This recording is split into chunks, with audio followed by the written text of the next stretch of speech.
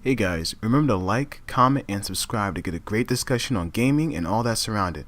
Now, on to today's topic. Hey guys, I found this interesting article on NintendoLife.com, and I found it interesting because I don't usually hear investor questions dealing with acquisitions.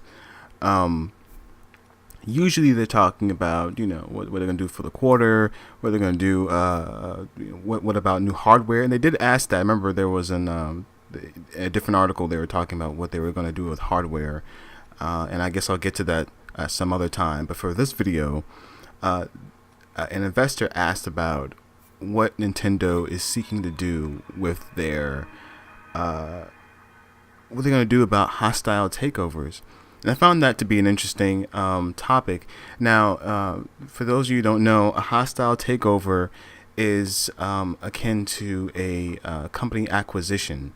So, if you've been paying attention, to the news, paying attention to any of the news sites, or just if you've been just watching the news in general over the past couple of years, especially I believe last year or so. You would be aware that there's been a lot of acquisitions lately and mergers, and just to bring a few would be Amazon had bought Whole Foods, AT&T bought Time Warner, which includes HBO, and the big one was Disney buying a big stake of Fox. Now, I am not a business major. I know some things about business, but not. I'm more casual with that. So I only know the general things about these kind of things. So,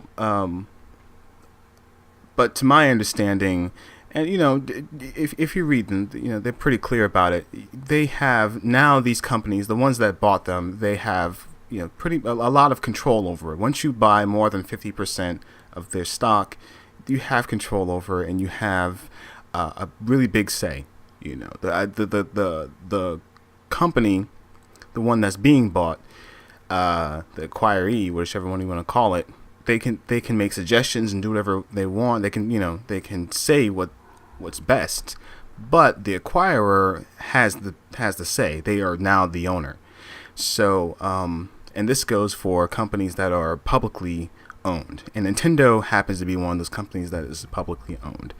So, because of that, they don't go. They rely on investors, and that can be me and you and whomever. So if I purchase a certain amount of stake, that would then I would own a certain amount. But for this question that the investor asked, what would they do about a hostile takeover? That would mean, what happens if someone, bought, a significant amount of stake or stock. So for this, I found it interesting. Just because I just been noticing a lot of different acquisitions over the past few years, acquisitions and mergers, those of which I didn't think, not possible, but I just didn't think would happen, like, Disney acquiring Fox and whatnot. I just thought I thought Fox was too big and whatnot to just be bought. I thought that would be weird. So, but here we are. We're living in this timeline. So it's strange, but anything's possible. So acquisitions can happen. And Furukawa said, I hope I'm saying his name right. Furukawa did say that though they did not have things in place to prevent anti-hostile takeover measures, they did have things in place to prevent things like that. So that's a nice way of saying if there were things, if they were a situation were to happen like that, they have some sort of a plan to counteract that. They don't want to be owned in that kind of way, But remember, Nintendo does still have to answer to these investors. That's why they have investor meetings. But they don't want to be owned by a different company like that. Not in that kind of way. The article does mention that Nintendo's very, traditional and whatnot, and so that makes sense in that way. So they're not privately owned, but they kind of operate in that kind of way. So I don't know. I found this very interesting.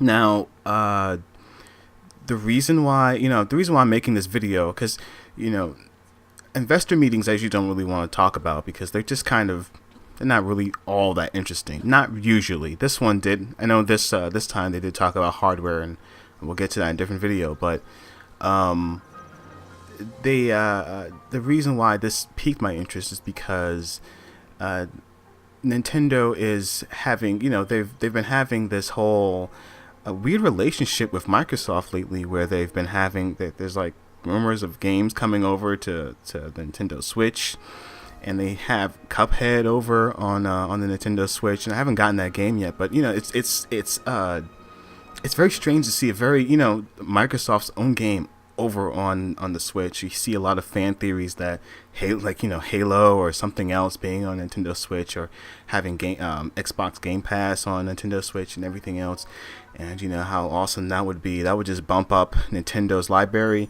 and just have Microsoft sell more games on a different platform. So it kind of helps out. It doesn't. It's strange. It doesn't. I think 15 years ago, this would eat into each other's profits. This would be a bad idea. I forgot the name of what that's called in business, but cannibalism. I forgot the name, but this would be cannibalistic to their business practices. But today, where companies are finding different ways to sell their products, different places to sell their products, and different methods to sell their products, this might be a very interesting way to do that. So I think this is really interesting. And with next gen coming up, because keep in mind, next gen starting next year.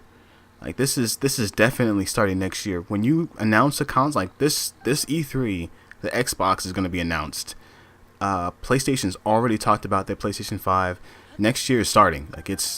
There's no doubt. It would be very weird. It would be very strange if the next gen did not start next year. And I have to make a video on that too. But this is the time. Times are very weird now. This is not like the sixth generation or anything where it's kind of conventional console release schedules and whatnot. This is the time to do very different, unconventional ways of selling your products. And I think this is a good idea, honestly. I've never been an Xbox fan per se. I've always been Nintendo and Sony. But this is a really good way to not only expand Xbox's business, but to just get Nintendo fans over to Xbox's stuff.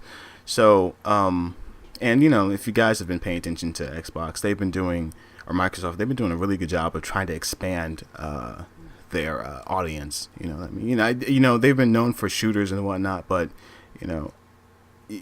I found it strange when they're the ones that announced Janemba for the Dragon Ball Z DLC character.